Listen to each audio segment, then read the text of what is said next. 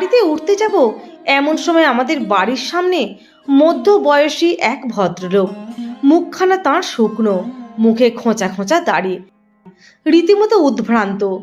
তিনি আমার পথ রোধ করে দাঁড়ালেন, প্রায় আক্রোশে যেন ফেটে পড়তে চাইলেন। আমি তো বিস্ময়ে হতবাক।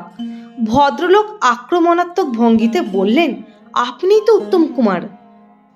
আমি অবাক হয়ে বললাম, হ্যাঁ। ভদ্রলোক আরো ক্ষিপ্ত হয়ে উঠলেন। তারপর যে কাহিনী শুনি তা আজও আমাকে ভাবিয়ে তোলে। মনে মনে বলি, আমি তো এ চাইনি। আমার জনপ্রিয়তা আর একজনকে আঘাত করবে, তা তো আমি চাইতে পারি নে। ভদ্রলোক কাঁদতে কাঁদতে বললেন, আমার স্ত্রী আপনার সঙ্গে দেখা করবে বলে 4 দিন হলো বাড়ি থেকে বেরিয়েছে, আজও ফেরেনি। চমকে উঠলাম সেই মুহূর্তে। ভদ্রলোককে যে কিভাবে সান্ত্বনা দেব বুঝে উঠতে পারছিলাম না তখন।